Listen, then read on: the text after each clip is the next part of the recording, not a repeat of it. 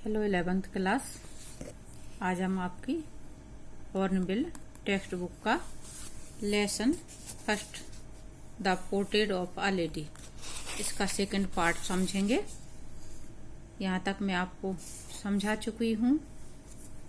जो लेखक और दादी के बीच में वार्तालाप होती रहती है, शुरुआत में वो धीरे धीरे टूटनी शुरू हो जाती है जब उनके माता पिता उनको शहर में बुला लेते हैं और लेखक एक इंग्लिश स्कूल में जाने लग जाते हैं। और जब वहां पर एक दिन म्यूजिक सिखाने की बात कही जाती है तो उनकी दादी जो है वो खामोश हो जाती हैं और फिर उनसे कभी कभार ही बात होती है। तो यहाँ तक हमारा ये सब कुछ हो गया था। बचपन की पूरी जो बातें हैं लेखक की वो फर्स्ट पार्ट में निकल चुकी हैं। अब आगे का उनका चल रहा है कि आगे जब वो इंग्लिश स्कूल के बाद यूनिवर्सिटी में पहुंचते हैं। देखें अब आगे का वर्णन। When I went up to university, जब मैं विश्वविद्यालय में पढ़ने पहुंच गया। I was given a room of my own, तब मुझे मेरा स्वयं का एक कमरा दे दिया गया। यानी कहने का मतलब ये कि जब लेखक कॉलेज की पढ़ाई करने के लायक हो गए, कॉलेज में उन्होंने एडमिशन ले लिया यूनिवर्सिटी में, तो उन्हें स्वयं के लिए एक अलग कमरा दे दिया गया। क्योंकि इससे पहले वो दादी के साथ कमरे को शेयर करते थे, यानी दादी और लेखक दोनों साथ रहते थे। और फिर भी उनके बीच में जैसे ही उन्होंने इंग्लिश स्कूल में प्रवेश ले लिया था शहर में आके, धीरे धीरे करके उनके बीच की दूरियां बढ़ती जा रही थी। तो अब ये और आगे की बात बताई जा रही। The common link of friendship was snapped. अब जब उन्हें अलग कमरा दे दिया गया है तो लेखक कह रहे हैं कि उनकी जो अभी तक दोस्ती की या मित्रता की जो साझेदारी थी वो भी क्या हुई, अंतिम कड़ी भी टूट गई। My grandmother accepted her seclusion with resignation. मेरी दादी माँ ने अपने एकांत को बड़े ही शांत भाव से स्वीकार कर लिया। यानी कहने का मतलब ये कि अब लेखक जो है अलग रूम में रहेंगे तो जो कभी कभार थोड़ी बहुत भी दादी से बात होती थी वो बात भी अब नहीं हो पाएगी और अब दादी को अकेले ही अपना जीवन अपने कमरे में काटना है। She really left her spinning wheel to talk to anyone. और अब दादी क्या करती रहती थी, ऊपर भी पहले भी बताया जा चुका है कि उनकी दादी चरखे पर सूत काटती रहती थी। तो अब उनका दिन भर का काम क्या हो गया था कि वो पूरे दिन सूत काटती रहती थी। She really left her spinning wheel to talk to anyone. अब वो अपना जो चरखा है शायद ही कभी छोड़ती थी किसी से बात करने के लिए। और किसी से बात करने के लिए मतलब ये कि वो पूरे टाइम चरखा काटती रहती थी। From sunrise to sunset she sat by her wheel spinning and reciting prayers. सूर्योदय से लेकर के सूर्यास्त तक वो पूरे दिन चरखे पर बैठी रहती, सूत काटती रहती और अपनी प्रार्थना बोलती रहती थी, करती रहती थी। Only in the afternoon she relaxed for a while to feed the sparrows. वह केवल दोपहर के समय थोड़ा सा आराम करने के लिए रुकती और वो भी जबकि उन्हें स्पैरोस यानी चिड़ियों को खाना खिलाना रहता था, यानी दाना खिलाना रहता था, चिड़ियों को भोजन डालती थी वो। While she sat in the verandah breaking the bread into little bits. जब वह बरांडा में बैठ करके चिड़ियों के लिए ब्रेड के छोटे टुकड़े तोड़ा करती थीं, hundreds of little birds collected round her creating a veritable bedlam of chirping. जब वो इस तरह से ब्रेड के टुकड़े चिड़ियों के लिए तोड़ती थीं तो लेखक कह रहे हैं कि सैकड़ों की संख्या में चिड़ियां वहां इकट्ठी हो जाती थीं दादी के चारों तरफ और एक ऐसा माहौल बना लेती थीं, चिरपिंग यानी चिड़ियों की आवाज, ची ची की जो आवाज होती, ची ची करने की आवाज से कि जो वहां का माहौल है वो बहुत ही शोरगुल वाला हो जाया करता था। Some came and perched on her legs, कुछ चिड़ियां आती और उनके पैर पर बैठ जाती। others on her shoulders, कुछ चिड़ियां उनके कंधे पर बैठ जाती। and some even sat on her head, और यहाँ तक कि कुछ चिड़ियां तो उनके सिर पर भी बैठ जाती थी। she smiled but never shooed them away, वह इस बात पर मुस्कुराती लेकिन वो कभी उन्हें दूर नहीं भगाती, मतलब डांट करके सिर पर से नहीं उड़ाती थी। It use to be the happiest half hour of the day for her, और ये जो आधा घंटे का समय सूत काटने के बाद ये आधा घंटे का समय निकालती थी इनके लिए, तो ये जो आधे घंटे का समय था वो अक्सर उनके लिए दिन का सबसे खुशी भरा क्षण या खुशी भरा पल हुआ करता था। When I decided to go abroad for further studies, I was sure my grandmother would be upset. लेखक कह रहे हैं आगे कि मैंने विदेश जाकर के अपनी पढ़ाई करने का निश्चय किया, यानी आगे की पढ़ाई के लिए विदेश जाने का जब निश्चय किया तो मुझे इस बात का पूरा भरोसा था कि मेरी जो दादी माँ हैं इस बात को सुनकर के अपसेट हो जाएंगी, यानी बेचैन या परेशान हो जाएंगी। I would be away for 5 years, क्योंकि मैं पूरे 5 साल के लिए उनसे दूर रहूंगा। And at her age one could never tell, और उनकी इस उम्र पर कोई नहीं कह सकता। कहने का आशय जो लेखक का है वो ये है कि दादी उनकी पहले से ही काफी बुजुर्ग हो चुकी हैं और अपने नाती को बहुत ज्यादा प्यार करती हैं। बहुत समय उनका साथ में गुजरा, बचपन पूरा उनका साथ में गुजरा है। वो अब आंखों से इतने दूर जा रहे हैं इस बुढ़ापे में, तो कोई ये नहीं कह सकता कि 5 साल के लिए लेखक जब जा रहे हैं तो लौट करके उन्हें दादी के दर्शन होंगे कि नहीं होंगे। तो यहाँ पे ये बात कही जा रही। But my grand mother could, लेकिन मेरी दादी माँ ऐसा कह सकती थी, क्योंकि इस बुढ़ापे में अधिकतर लोग इसी तरह की बातें करते हैं कि 5 साल के लिए दूर जा रहे हो, क्या मालूम मैं 5 साल जिंदा रही कि नहीं रही, या लौट करके अपने नाती को देख पाई कि नहीं देख पाई, ऐसी बातें करे गई। लेकिन वो कह रहे हैं कि लेकिन मेरी दादी माँ ने ऐसी कोई भी बात नहीं कही। उन्होंने जो but my grand mother could, लेकिन मेरी दादी माँ ने ऐसा कहा। ऐसा कहा का मतलब ये कि वो 5 साल के लिए जा रहे हैं और दादी 5 साल तक उनको कुछ भी नहीं होने वाला है, वो लेखक का इंतजार करेंगे। She was not even sentimental, यहाँ तक कि दादी सेंटिमेंटल भी नहीं थी, यानी भावुक भी नहीं थी कि पोता इतने दूर जा रहा है। She came to leave me at the railway station but did not talk or show any emotion. दादी माँ उनकी रेलवे स्टेशन भी छोड़ने आई, वो कह रहे हैं, और लेकिन उन्होंने किसी से कुछ भी बातचीत नहीं की। जैसे कि ऊपर बताया जा चुका है पहले उसमें कि दादी माँ उनकी किसी से कुछ भी बात नहीं करती थी, अपने दिन भर चरखा काटती थी और चिड़ियों को दाना चुनाती थी। तो वो अपने पोते को छोड़ने रेलवे स्टेशन तो आई हैं, लेकिन बातचीत नहीं कर रही किसी से, ना ही कोई इमोशन शो, किसी भी तरह की भावुकता भी नहीं दिखा रही हैं। हर लिप्स मूव्ड इन प्रेयर, उनके जो होंठ हैं वो बराबर प्रार्थना में हिल रहे हैं। Her mind was lost in prayer, और उनका जो दिमाग है वो प्रार्थना में पूरी तरह से लगा हुआ है, पूरी तरह से वो प्रार्थना में मगन है। Her fingers were busy telling the beads of her rosary, और उनकी जो उंगलियां हैं वो पूरी तरह से उनकी जो हाथ में माला रहा करती थी वो माला फेरने में व्यस्त हैं। Silently she kissed my forehead and when I left I cherished the most imprints as perhaps the last sign of physical contact between us। वो लेखक कह रहे हैं आगे कि साइलेंटली, यानी बातचीत तो नहीं कर रही थी दादी, अपनी प्रार्थना में लगी थी, माला फेरने में लगी थी, लेकिन अचानक उन्होंने खामोशी से, शांति से उन्होंने लेखक का जो माथा है वो चूमा, और लेखक ये बात कह रहे हैं यहाँ पे व्हेन आई लेफ्ट, यानी मैं जब गया।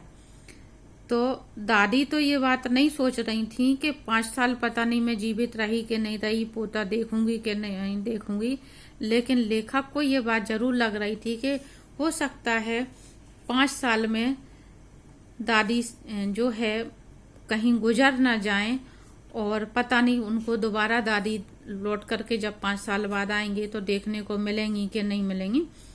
तो इसलिए वो कह रहे हैं when I left I cherished the most important, यानी दादी ने जो उनका माथा चूमा तो वो जो उनका आपस में जो अंतिम बार फिजिकल कांटेक्ट था, यानी उनका जो रिश्ता था, लेखक को ऐसा लग रहा था कि हो सकता है अंतिम बार दादी ने उनका माथा चूमा हो या उनको स्पर्श किया हो। तो वो इस याद को बहुत संभाल के रखना चाहते थे, इस बात को बहुत ध्यान कर रहे थे। But that was not so, लेकिन लेखक जैसा सोच रहे थे वैसा कुछ भी नहीं हुआ कि दादी पता नहीं 5 साल बाद मिलेंगी कि नहीं। वो कह रहे हैं लेकिन ऐसा कुछ नहीं हुआ। After 5 years I came back home and was met by her at the station, कि 5 साल बाद पढ़ाई खत्म करके जब मैं वापस विदेश से देश आया तो दादी माँ मुझे वापस उसी स्टेशन पर दिखाई दी, यानी कि वो छोड़ने भी गई थी उन्हें और स्टेशन पर लेने भी गई। She did not look a day older, और ऐसा नहीं लग रहा था कि 5 साल में दादी एक दिन भी और ज्यादा बूढ़ी हुई है, यानी उनका जो चेहरा सेम पहले झुर्रियोंदार जो था वो अब भी वैसा का वैसा ही उन्हें दिख रहा था। 5 साल में उनमें कोई बदलाव नजर नहीं आ रहा था लेखक को। She still had no time for words, और अब भी उनके पास बात करने के लिए कोई शब्द नहीं थे या समय नहीं था, वो किसी से बात नहीं, कुछ भी नहीं कहना चाहती थी। And while she clasped me in her arms I could hear her reciting her prayers. और वो कह रहे हैं जब उन्होंने मुझे वापस, जब लेखक कितने सालों बाद आए हैं 5 साल बाद, तो दादी माँ ने अपनी दोनों बाहें फैला के उनको अपनी बाहों में जब भर लिया तो लेखक कह रहे हैं कि मुझे अब भी उनके होठों से वही प्रार्थना के स्वर सुनाई दे रहे थे जो दादी माँ हमेशा प्रार्थना गाती रहती थी या बोलती रहती थी। Even on the first day of my arrival her happiest moment were with her sparrows whom she fed longer and were favourous rebukes। लेखक आगे कह रहे हैं कि पहले दिन, लेखक के वापस आने के पहले दिन भी दादी का जो सबसे खुशनुमा पल था वो चिड़ियों को दाना चुनाने का या चिड़ियों को भोजन कराने का। उस दिन उन्होंने और दिन से ज्यादा चिड़ियों को देर तक खाना खिलाया, क्योंकि वो आधा घंटा खिलाती थी दाना। उस दिन खुशी के मारे उन्होंने आधा घंटा ज्यादा उन्हें दाना खिलाया। और जो चिड़ियां शोर करती थी बीच बीच में, उनके सिर पे बैठती थी, पैरों पे बैठती थी, कंधे पर बैठती थी, तो कभी भगाती नहीं थी, तो बीच बीच में वो उन्हें हंसी की फटकार भी लगाती जाती थी, यानी झूठी मूठी उनको डांटती डपटती भी जाती थी। In the evening a change came over हर, शाम के समय उनमें एक बदलाव आया। शी डिड नॉट प्रे, उन्होंने प्रार्थना नहीं की।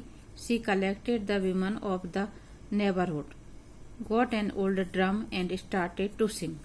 शाम के समय उन्होंने अड़ोस पड़ोस की औरतों को इकट्ठा किया और एक पुरानी सी ढोलक ली और गाना शुरू कर दिया।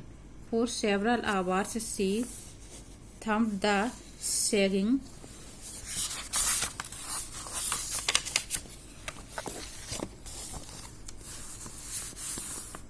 skins of the dilapidated drum and sang of the homecoming of warriors। उन्होंने जो ढोलक ले रखी थी वो ढोलक बिल्कुल जीर्ण शीर्ण थी, टूटी फूटी थी, जिसमें बीच में गड्ढा सा हो रहा था, लेकिन फिर भी वो ढोलक को बजाए जा रही थी। और गीत कौन से गाए जा रहे थे?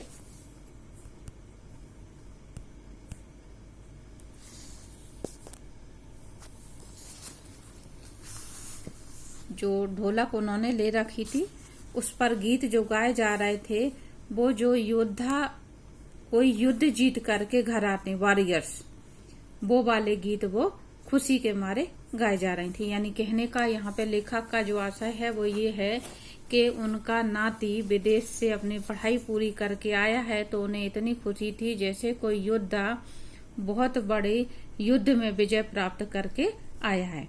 We had to pursue her to stop to avoid overstraining. हमें उनसे आग्रह करना पड़ गया कि अब वो ये सब कुछ बंद कर दें, नहीं तो क्या होगा, वो थक जाएंगी और उनकी तबीयत खराब हो जाएगी। That was the first time since I had known her that she did not pray. और लेखक कह रहे हैं कि ये वह समय था जब हमने या मैंने पहली बार उन्हें देखा कि वो प्रार्थना नहीं कर रही, वरना बचपन से लेकर के आज तक लेखक ने ये देखा कि 24 घंटे उनकी दादी क्या करती हैं, प्रार्थना उनके होंठों से कभी जाती नहीं है, हमेशा बुदबुद आती रहती। The next morning she was taken ill. अब पूरे दिन वो गाती रही हैं, बजाती रही हैं, तो दूसरे दिन सुबह लेखक कह रहे हैं कि ये देखा कि वो बीमार पड़ गई हैं। It was a mild fever and the doctor told us that it would go. उन्हें हल्का सा बुखार था और डॉक्टर को बुलाया गया, डॉक्टर को दिखाया तो डॉक्टर ने ये कहा कि यह चला जाएगा, यानी बुखार चला जाएगा, ठीक हो जाएंगी दादी। But my grand mother thought differently. लेकिन मेरी दादी माँ का सोचना जो था वो अलग था। She told us that her and was near. और उनका जो कहना था वो ये था कि उनका अब निकट समय पास है, यानी अब उनका अंतिम समय आ गया है। She said that since only a few hours before.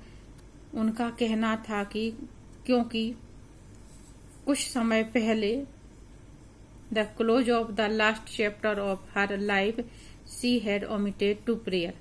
यानी अब उनका अंतिम समय आ रहा है, और अंतिम समय से थोड़े समय पहले क्योंकि उनके मुंह से प्रार्थना छूट गई थी या उन्होंने प्रार्थना छोड़ दी थी। She was not going to waste any more time talking to अस।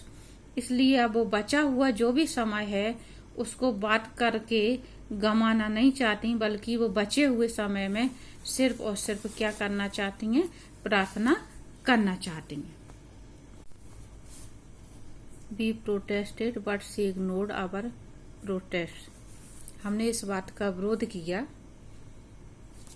वो किसी से बात नहीं करना चाह रही थी, प्रार्थना करना चाह रही थी, तो लेखक कह रहे हैं कि हमने इस बात का विरोध किया लेकिन उन्होंने हमारे विरोध को इग्नोर कर दिया, उस तरफ कुछ ध्यान नहीं दिया।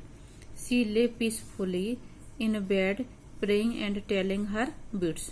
वो शांति पूर्वक लेटे हुए बेड पर, बिस्तर पर अपनी प्रार्थना कर रही थी और अपनी माला फेरना चाह रही थी। Even before we could suspect, her lips stopped moving and the rosary fell from her lifeless fingers. और लेखक कह रहे हैं कि यहाँ इससे पहले मतलब वो प्रार्थना करने में व्यस्त हो गई और माला फेरने लगी, और इससे पहले कि हमें से किसी को किसी बात का शक होता, संदेह होता, उससे पहले ही उनके जो होंठ हैं प्रार्थना करते हुए वो रुक गए और उनके हाथ से जो माला फेर रही थी रोजरी, वो बेजान होकर के उनकी उंगलियों से नीचे गिर गई। A peaceful pallor spread on her face and we knew that she was dead. और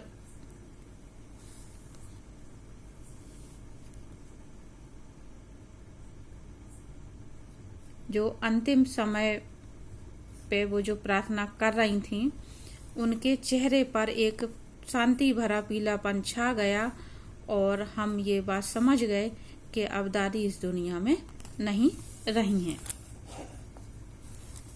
We lifted her off the bed and as is customary, हमने उन्हें बिस्तर पर से उतारा जैसा कि ये रिवाज है। जब कोई खत्म हो जाता है तो बिस्तर से नीचे उतार के जमीन पर लेटा दिया जाता है, इसलिए लेखक ये बात कह रहे हैं। Laid her on the ground and covered with a red shrouds। उन्हें जमीन पर हमने लिटा दिया और एक लाल कफन से उन्हें ढक दिया। After a few hours of mourning, we left her alone to make arrangements for her funeral। कुछ घंटे तक उनका शोक करने के बाद हम उनके अंतिम संस्कार के लिए जो व्यवस्था करनी थी, आयोजन करना था, उसमें व्यस्त हो गए। In the evening, we went to her room with a crude stretcher to take her to be cremated। शाम को हम एक अर्थी लेकर उन्हें दाह संस्कार के लिए कमरे में गए।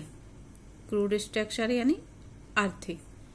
The sun was setting and had lit her room and veranda with a blaze of golden light। यानी ये सब कुछ करते हुए लेखक को शाम हो गई थी, सारी व्यवस्था करते करते, इसलिए वो कह रहे हैं द सन वाज सेटिंग, सूर्य अस्त हो रहा था और उनके कमरे में यानी दादी के कमरे में और बरांडा जहां वो दादी बैठकर चिड़ियों को चुनाती थी, कमरे में और बरांडे में पूरे में सुनहरी ज्वाला के साथ प्रकाशित हो रहा था। सूर्य जो है सुनहरी ज्वाला के साथ प्रकाशित हो रहा था, यानी शाम के समय जो सूर्यास्त होने वाला होता है तो उसकी जो रोशनी हल्की गोल्डन हो जाती, तो वो बात यहाँ पे लेखक बता रहे हैं। Be stopped half way in the courtyard. जब वो उनकी अर्थी को उठा के ला रहे होंगे, बाहर ले जा रहे होंगे, तो उस समय की बात बता रहे हैं। कह रहे हैं कि जब हम निकले रूम से तो हम थोड़ी देर के लिए कोर्टयार्ड में, अहाते में रुके या आंगन में रुके, जहां पर दादी क्या करती थी, चिड़ियों को दाना डालती थी। All over the verandah and in her room right up to where she lay dead and stiff wrapped in the red shroud, thousands of sparrows sat scattered on the floor।